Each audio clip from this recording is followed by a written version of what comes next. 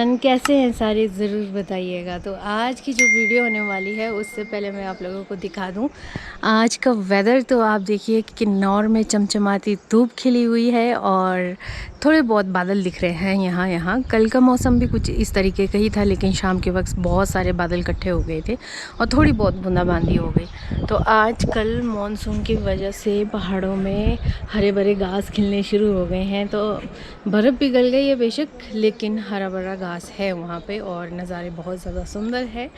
और जो मौसम है, तापमान गिरने की वजह से ठंड हो गई है और दिन में अभी जैसे धूप है ना, तो थोड़ी गर्मी है। मैं इस साइड छाँव में खड़ी हूँ तो ठंड लग रही है, अगर मैं धूप में खड़ी रहूँगी तो गर्मी लगेगी। कुछ ऐसा वाला वेदर बन गया है। तो आज मुझे लगा कि कुछ ठंडा ठंडा खाया जाए, तो आज हमारे यहाँ पे पीचेस पकने स्टार्ट हो गए हैं। हालांकि इस बार गांव में पीचेस की जो फसल है वो कम है और बगीचों में खैर थोड़ी बहुत है। तो यहाँ पे कुछ है, एक आध पेड़, तो वहाँ पे चलते हैं हम, आपको भी ले चलती हूँ मैं। तो चलिए दोस्तों, सबसे पहले हम यहाँ आ गए हैं नेक्टरीन के पेड़ के पास। तो इस बार ये थोड़ा पकने में लेट हो गया क्योंकि बारिशें शुरू हो गई थी और बीच बीच में आप देख सकते हैं कुछ सड़ भी गए हैं बारिशों की वजह से। क्योंकि ये वाला जो जगह है काफ़ी छांवदार है, तो शायद मुझे लगता है कि बारिश की वजह से सड़ना इसका लाजमी ही था। इसमें से मैं कुछ एक चीज़ छांटती हूँ अच्छे से। मुझे बड़ी मुश्किल से एक ये बढ़िया सा दिखा है नेक्टराइन। अब हम इसे टेस्ट करेंगे।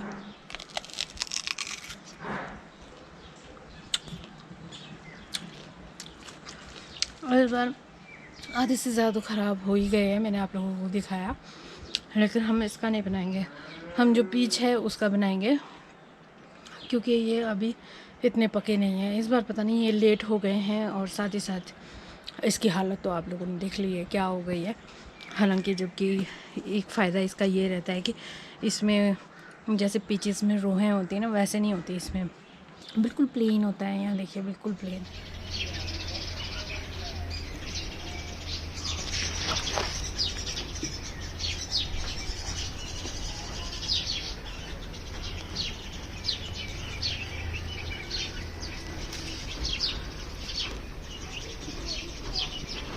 आज मैं बनाने वाली हूँ कस्टर्ड। जी हाँ, जिसमें पीचेस हम थोड़ा सा ज़्यादा डालेंगे। बाकी इसमें मैं प्लम भी यूज़ करने वाली हूँ और कंडे के चेरीज़ भी यूज़ करने थे, लेकिन फिर ज़्यादा खट्टा खट्टा हो जाएगा, इसलिए मैं चेरीज़ को अवॉइड कर रही हूँ और मैंगो यूज़ करने वाली हूँ। तो आप लोग देख सकते हैं यहाँ पर अभी भी प्लम पेड़ों पे कितने सारे, इतने खा लिए हमने।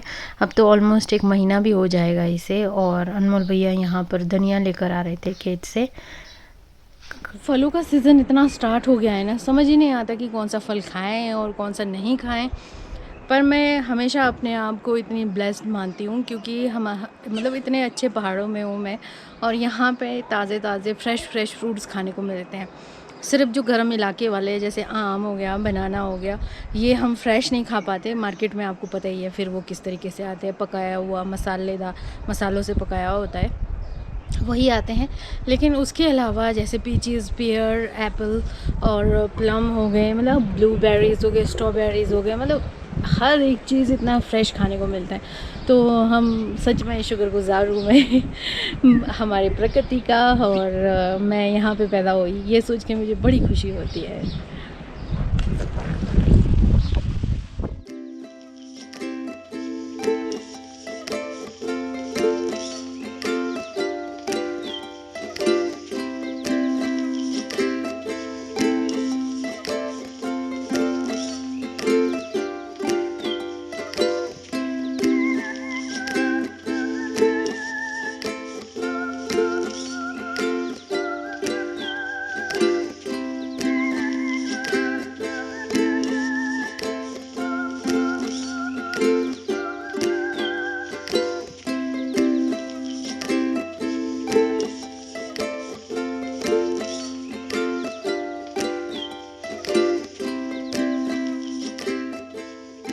जो मैंने नेक्टरीन खाया था उसमें बिल्कुल भी ऐसे रूहें नहीं थी, लेकिन इसमें थी। मैंने जो अच्छे से साफ़ कर लिया है, यहाँ पे देखिए। और बगीचों में अच्छे खासे आड़ू लगे हैं क्योंकि मम्मी कल ही इतने सारे आड़ू लेकर आए थे वहाँ से भी, लेकिन यहाँ घर के पास इतने ही लगे हैं, ज़्यादा नहीं लगे हैं। और एक पेड़ में तो है ही नहीं, इस बार कोई फसल नहीं था, और 4-5 पेड़ थे, उन्हें तो कटवा के नए वैरायटी लगवा दिए हैं वहाँ पर।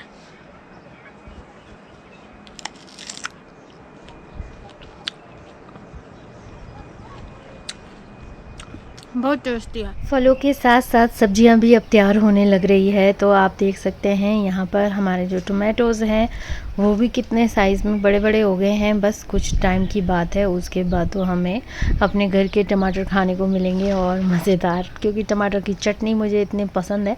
और जब भी टमाटर का सीज़न होता है मैं इतनी टमाटर की चटनी बनाती हूँ कि पूछो मत। और ये देखिए ज़ुकीनी, बारिश की वजह से एक साइड तो ये सड़ ही गया है, और इस बार ज़ुकीनी की जो फसल है वो बहुत ज़्यादा है, मतलब बहुत ज़्यादा ही लगा हुआ है। आप देख सकते हैं यहाँ पर कितने सारे हैं, ये देखिए। मतलब इतनी सी एरिया में इतना ज़्यादा है इसका पैदावार, मैं क्या ही बताऊँ आप लोगों को। लौकी में भी फूल आने शुरू हो गए हैं, साथ ही साथ खीरे में भी। तो आप लोग यहाँ देख सकते हैं खीरे के साइज़ धीरे धीरे ये भी बड़े होने लग जाएंगे, और चारों तरफ फ्रूट्स सब्जियाँ ही मिलने को मिलते हैं। तो वहाँ देखिए साथ में पत्ता गोभी, ये भी काफ़ी बड़े बड़े हो गए हैं। दोस्तों यहाँ पे मैंने शुरुआत कर दी थी कस्टर्ड बनाने की, और वैसे ही लाइट चली गई, क्योंकि पता नहीं क्या होता रहता है आजकल, लाइट आती है जाती है। और यहाँ पे मैंने दूध में ना अच्छे से उबाल आने दिया है, तो इसको 2-3 मिनट ऐसे ही मैं अच्छे से उबाल आने दूँगी, और थोड़ा सा थिक होने दूँगी, जैसे हम रबड़ी के लिए करते हैं उस तरीके से। और उसके बाद मैं इसमें चीनी ऐड करूँगी, और चीनी आप अपने स्वाद अनुसार कर सकते हैं। तो आप देख लेना कि आपको कैसा चाहिए, ज़्यादा मीठा या ज़्यादा कम मीठा वाला। तो इसको भी अच्छे से मिक्स करूँगी मैं, और थोड़ा सा और पकाऊँगी धीरे धीरे करके। और देखिए लाइट है ही नहीं, और पता नहीं क्या, जब भी शूट करती हूँ मैं हमेशा लाइट की दिक्कत रह जाती है। और फिर उसके बाद इसे अच्छे से उबालते रहूँगी। दूसरी तरफ मैंने दूध बॉईल करके रखा हुआ है नमकीन चाय और दही के लिए। तो सबसे पहले जो मलाई है ये मैं दही में डालने के लिए निकाल देती हूँ। तो एक फ़ायदा ये रहता है कि अपने घर में गाय पालने का, कि आप दूध जितना मर्ज़ी यूज़ कर सकते हो, जब गायों की दूध भरपूर होती है। तो ऐसे मतलब इतने डिशेस बनाते रहती हूँ मैं, और उसका दूध होना तो बहुत ज़रूरी है। अगर दूध नहीं होगा तो मैं कहाँ से इतना कुछ कर पाऊँगी, कितना ही ख़रीद लेंगे हम लोग। तो यहाँ पे ये थोड़ा बचा हुआ दूध मैं नमकीन चाय में डाल दूँगी। तो यहाँ पे देखिए, और साथ ही साथ ये जो दूसरा उबल रहा है ये भी नमकीन चाय है। मतलब नमकीन चाय की पत्ती को उबाल कर रखते हैं हम, फिर उसके बाद वो 4 से 5 दिन चल जाती है और ख़राब नहीं होती है। अगर आप सोचे तो कहीं ऐसा ना हो ना कि पुराना पी रहे हैं आप लोग, ऐसा नहीं है। इसे ठंडे में रखते हैं तो ख़राब नहीं होती है, तो इस हिसाब से चलती है। और उसके बाद यहाँ पे देखिए मैं कस्टर्ड पाउडर ले लिया है, वेनिला फ्लेवर ले रही हूँ मैं। और वैसे भी जब मिक्स फ्रूट बनाते हैं ना उसमें वेनिला फ्लेवर ही अच्छा लगता है, और दूसरे फ्लेवर तो कम ही अच्छे लगते हैं। और ये मैं दूध में मैंने ऐड कर दिया है। जब इसे पानी में डालते हैं ना तब ये चीज़ ध्यान रखना होता है कि कहीं इसमें लम्स तो नहीं बन रहे हैं, फिर दिक्कत आ जाती है। और मुझे सबसे ज़्यादा डर कस्टर्ड बनाते वक्त यही लगता है कि मैं ज़्यादा थिक ना कर दूँ इसे, तो फिर सारा मज़ा किरकिरा हो जाएगा ना। तो इस वजह से थोड़ा सा पतला भी रहे तो ज़्यादा बेटर है। तो जितना हो सके मैं इसे करछी की सहायता से अच्छे से घुमा रही थी, ताकि इसमें एकदम मोटा मोटा ना रहे ये। और इसे पकाना भी बहुत ज़्यादा ज़रूरी है। तो आप देख सकते हैं इस तरीके से ये तैयार हो गया है, और अब हम इसको निकाल लेंगे एक अलग से बाउल में, और ठंडा होने के बाद फ्रिज में डाल देंगे, मतलब 2-3 घंटे के लिए। तो उसके बाद तो मज़ेदार ही रहेगा। तो चलिए अब हम फ्रूट्स कट करते हैं। तो यहाँ पे पीचीज़ और प्लम जो हमने तोड़े थे वो रखे हैं, और ये देख सकते हैं मैंगो को भी मैंने पील करके रख दिया है। और यहाँ पे वाटरमेलन भी रखा है। ये तो ऐसे ही नॉर्मल ऐसे ही खाने के लिए रखा है, क्योंकि ये कस्टर्ड में अच्छे नहीं लगते, तो इसे यूज़ नहीं कर रही हूँ मैं, और बस इन्हीं चीज़ों को मैं यूज़ करूँगी। और मैं आपको बाहर का नज़ारा दिखाती हूँ कि मौसम देखिए एकदम से ख़राब हो गया। तो मतलब ऐसा चल रहा है आजकल का जो वेदर है ना, तो काले बादल आ गए अचानक से ही, और बूंदाबांदी स्टार्ट हो गई। तो कुछ इस तरीके से रहता है। और यहाँ पे देखिए मैंने फ्रूट्स भी कट कर दिया है छोटे छोटे पीसेस में, आप देख सकते हैं। और पीच मैंने थोड़ा ज़्यादा रखा है। और यहाँ पे देखिए ये भी ठंडा होके एकदम थिक हो गया है, और अभी इसे अच्छे से मिक्स करेंगे हम, जितना भी है वो और उसके बाद हम इसमें ऐड करेंगे फ्रूट्स। तो कस्टर्ड बनाना बहुत ज़्यादा आसान है और बहुत सारे लोग होंगे जिन्होंने कस्टर्ड कभी नहीं बनाया होगा। वैसे तो आमतौर पे सभी बनाते हैं, तो उनके लिए एक ये आसान रेसिपी है, तो ट्राई कीजिए और खाइए, बहुत टेस्टी। थोड़ी देर पहले यहाँ पे ना इतनी भीड़ लगी थी ये सामने रोड में, मुझे समझ नहीं आया हुआ क्या, क्योंकि भीड़ बहुत ज़्यादा लगी थी। और अभी पता चला वहाँ पे स्कूल बस गिर गई है। उम्मीद करती हूँ कि यहाँ पे ना किसी को चोट ना पहुँची हो, भगवान करे। यहाँ पे देखिए बस गिर गई है और अभी जाके यहाँ पे ट्रैफिक क्लियर हुआ। मुझे समझ ही नहीं आया हुआ क्या। और 2-3 बच्चे वापस आ रहे थे हमारे गांव के, तो उन्होंने बोला कि यहाँ पार बस गिरी हुई है। तो मैं फटाफट से आई देखने के लिए और मुझे फिर समझ आया, अच्छा तो पहले भीड़ इसी वजह से थी। तो अभी देखिए यहाँ पे बस को उठाने के लिए आ गए हैं।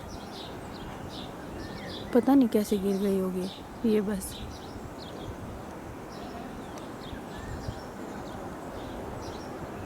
बस भगवान करे सही सभी अगर बच्चे हैं उसमें थे बच्चे तो वो सलामत रहे, यही उम्मीद कर सकती हूँ मैं।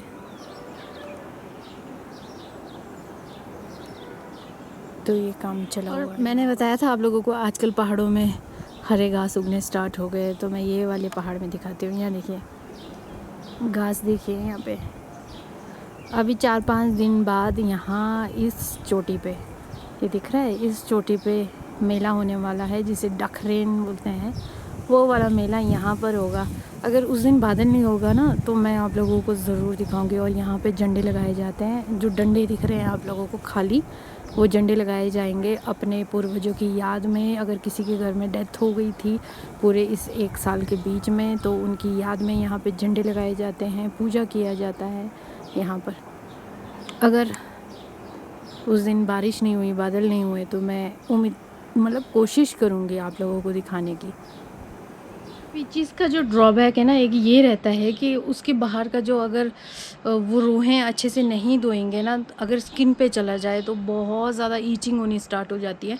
क्योंकि ये मेरे साथ बहुत बार हो गया है कि अगर मैंने उसे अच्छे से नहीं धोया है या मैं अपने हाथों को धोना भूल गई हूँ और एकदम से मैंने मुंह पे, फेस पे, आँखों पे यहाँ हाथ लगा दिया ना, तो बहुत ईचिंग होगी और स्वेलिंग भी हो जाती है। तो इसलिए अच्छे से पीचेस को धोना पड़ता है और फिर जाके खाना पड़ता है, क्योंकि खाने में तो ये बहुत ज़्यादा मज़ेदार होते हैं, मुझे तो बहुत ज़्यादा पसंद है। दोस्तों पीचेस के बेनिफिट्स मैंने आप लोगों के साथ हर बार शेयर करे हैं। तो जो भी सीजनल फ्रूट है हमेशा बोलती हूँ मैं, उसे खाएं और अपना ध्यान रखिए। और कभी कभी हमारे यहाँ पे एक नेपाली भाई है, उसे लहसुन से एलर्जी है, इसलिए मैं हमेशा कहती हूँ कि बहुत सारी चीज़ों से एलर्जी हो सकता है। तो आप लोग हमेशा ये चीज़ें ध्यान रखना कि हमें किस चीज़ से ज़्यादा प्रॉब्लम हो रही है ना। तो आज की जो वीडियो थी कुछ इस तरीके से रही, बाकी देखते हैं कि आगे क्या रहेगा। तो आप लोगों को ये वाला व्लॉग कैसा लगा ज़रूर बताइएगा। मिलते हैं नए व्लॉग में नए टॉपिक के साथ, तब तक के लिए बाय, टेक केयर।